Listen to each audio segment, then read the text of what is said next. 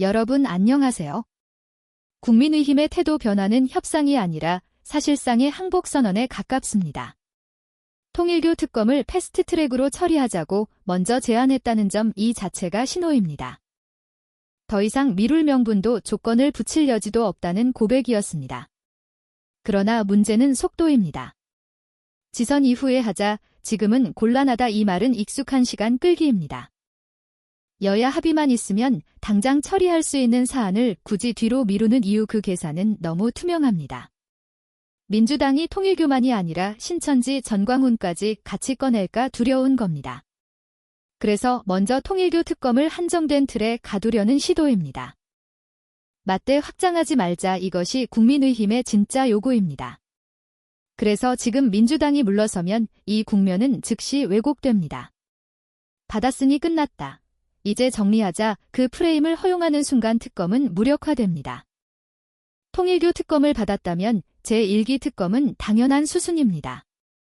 원인을 열었으면 연결고리를 끝까지 따라가야 합니다. 야당이 반대하더라도 의석으로 밀어붙여도 하등의 문제는 없습니다. 이건 거래가 아니라 청산이기 때문입니다. 이 지점에서 사법부 문제가 다시 연결됩니다. 그동안 사법부 독립이라는 말은 설득이 아니라 마취제처럼 쓰였습니다. 일단 재판이 진행되니 지켜보자 그렇게 시간을 벌어줬습니다. 그러나 지켜본 결과는 정반대였습니다. 무작위 배당이라던 재판이 특정 재판부로 귀결됐다는 의혹 판사에 따라 재판의 얼굴이 극단적으로 달라지는 장면 국민은 이걸 생중계로 삼았습니다. 그래서 나왔던 말 법과 원칙이 아니라 판사복을 걱정해야 한다. 그 자조가 현실이 되는 순간을 지금 보고 있습니다. 이대로 두면 더 큰 일을 저지를지도 모른다는 불안이 커질 수밖에 없습니다. 사법 불신은 이미 임계점을 넘었습니다. 보통의 해명으로 회복될 단계는 지났습니다. 이 상황에서 사법부가 먼저 특별재판부를 제안해도 모자랄 판입니다. 그런데 오히려 어거지를 씁니다. 특별재판부를 외부인으로 꾸려 문제를 보여주겠다는 왜곡된 선전사실이 아닙니다. 법원 내부 판사 중에서 투명하고 공정한 절차로 선정하자는 이야기입니다. 끼리끼리 짬짬이하는 구조를 더는 못 보겠다는 요구입니다. 대통령은 이미 명확히 정리했습니다. 이건 위헌이 아니다. 선출 권력이 간접 선출 권력의 작동 방식을 규정하는 것은 헌법의 기본 원리다. 조선일보조차 이 논리에 반박하지 못했습니다. 그런데도 사법부 독립을 들먹이며 선별적으로 분노하는 이유는 명확합니다. 자기들이 통제받는 건 싫고 자기들이 통제하는 건 당연한 구조이건 독립이 아니라 특권입니다.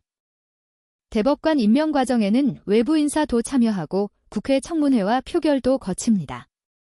그건 왜 사법부 독립 침해가 아닙니까? 중차대한 사건에서 무너진 신뢰를 회복하자는 제안만 위헌이 되는 이유 그 논리는 성립하지 않습니다.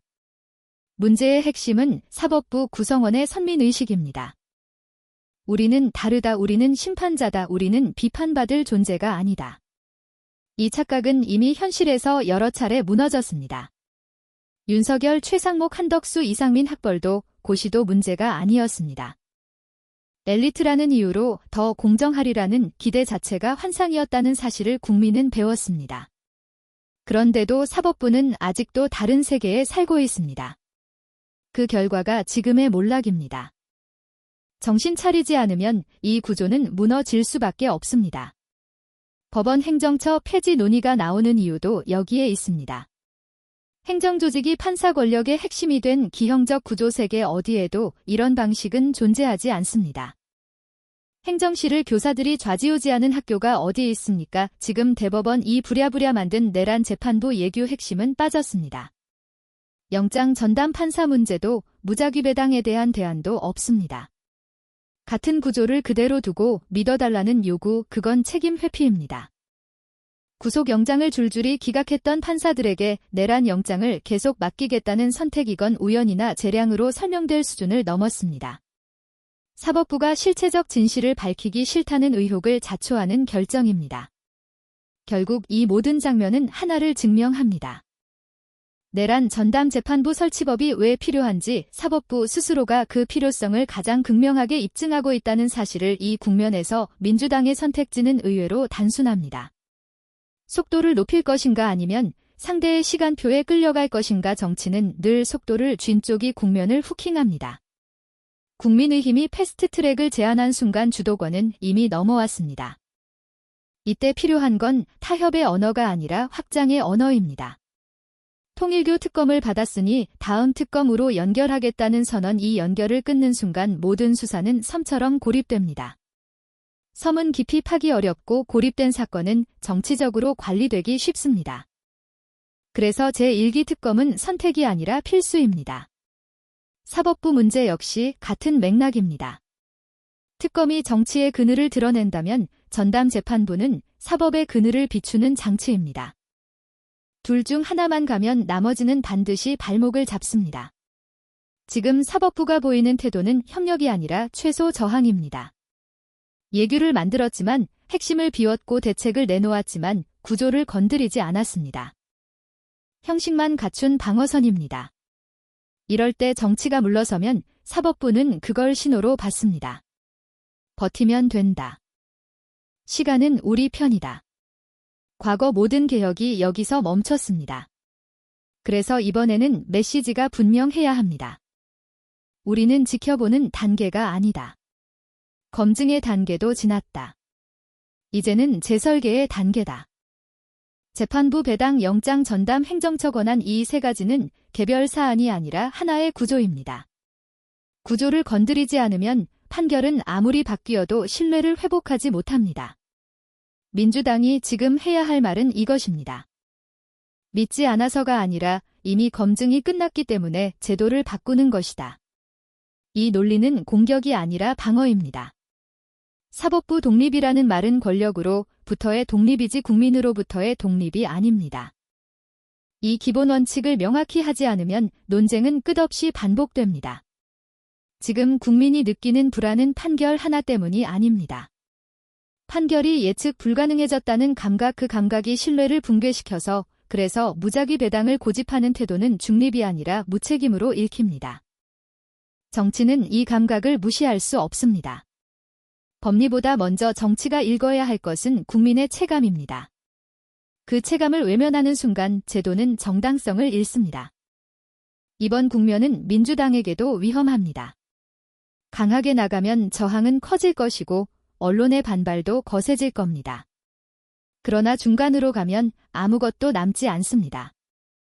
정치는 중간에서 기억되지 않습니다. 결단의 순간에 어디에 섰는지가 모든 평가를 결정합니다. 이번 특검과 사법개혁 국면은 그 경계선입니다.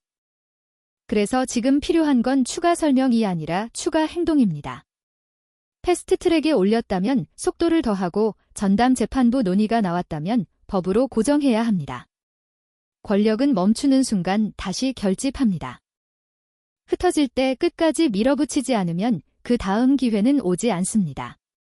역사는 항상 그렇게 증명되었습니다. 이제 선택은 분명합니다. 정리할 것인가 관리할 것인가. 이번에 관리하면 다음에는 정리할 힘조차 남지 않습니다. 이 국면의 본질은 누가 옳은가가 아니라 누가 끝까지 가는가입니다. 국민의힘의 항복 제스처는 국면 종료가 아니라 피로전을 선언한 것입니다. 버티면 상대가 지칠 거라는 오래된 계산. 그러나 이번에는 계산이 어긋나고 있습니다.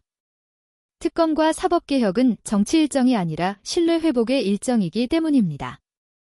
이 일정은 선거보다 길고 정치 생명보다 더 집요합니다. 그래서 민주당이 지금 멈추면 국면은 즉시 역전됩니다. 받아냈다, 합의했다. 이제 정리하자. 이 프레임이 굳어지는 순간 특검은 관리 대상이 됩니다. 관리되는 개혁은 개혁이 아닙니다. 관리란 핵심을 피하고 시간을 흘려보내는 기술입니다. 그 기술은 언제나 기득권의 편이었습니다.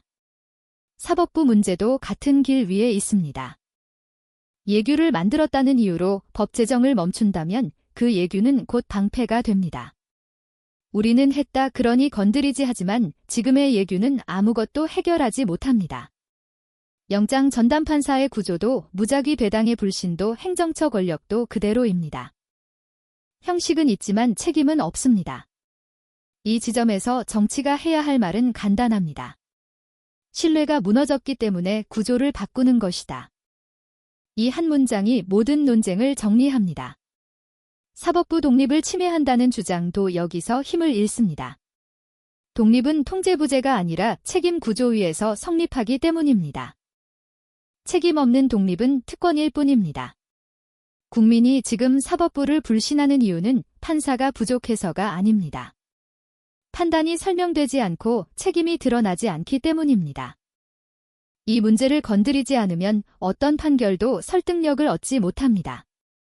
그래서 전담재판부는 징벌이 아니라 보건장치입니다. 사법부를 공격하기 위한 게 아니라 사법부를 정상으로 돌려놓기 위한 최소한의 조치입니다. 정치는 이 점을 분명히 해야 합니다. 우리는 당신들을 믿지 않아서가 아니라 이미 충분히 지켜봤기 때문에 제도를 바꾼다. 이 논리는 방어가 아니라 정당화입니다. 지금 이 국면은 민주당에게 시험이자 기회입니다. 강하게 나가면 반발은 거셀 것이고 언론의 공격도 집중될 겁니다. 그러나 중간에 서면 아무도 기억하지 않습니다. 정치는 결국 기억의 싸움입니다. 누가 이때 물러섰는지, 누가 이때 정리했는지 그 기록은 다음 선거보다 더 오래 남습니다. 그래서 지금 필요한 것은 설명용 메시지가 아니라 결단의 장면입니다. 패스트트랙에 올렸다면 속도를 올리고 특검을 받았다면 확장하고 사법개혁을 말했으면 법으로 고정해야 합니다. 권력은 흩어질 때 끝까지 밀어붙이지 않으면 다시 결집합니다. 이번에 놓치면 다음 기회는 없을 가능성이 큽니다. 역사는 항상 그랬습니다. 이제 마지막 질문은 이것 하나입니다. 정리할 것인가 관리할 것인가 정리하면 저항은 크겠지만 구조는 바뀝니다. 관리하면 당장은 편하겠지만 아무것도 남지 않습니다. 개혁은 편한 선택이 아닙니다. 그래서 개혁은 늘 소수의 결단에서 시작되었습니다. 지금이 그 순간입니다. 오늘 이야기를 끝까지 들어주셔서 감사합니다.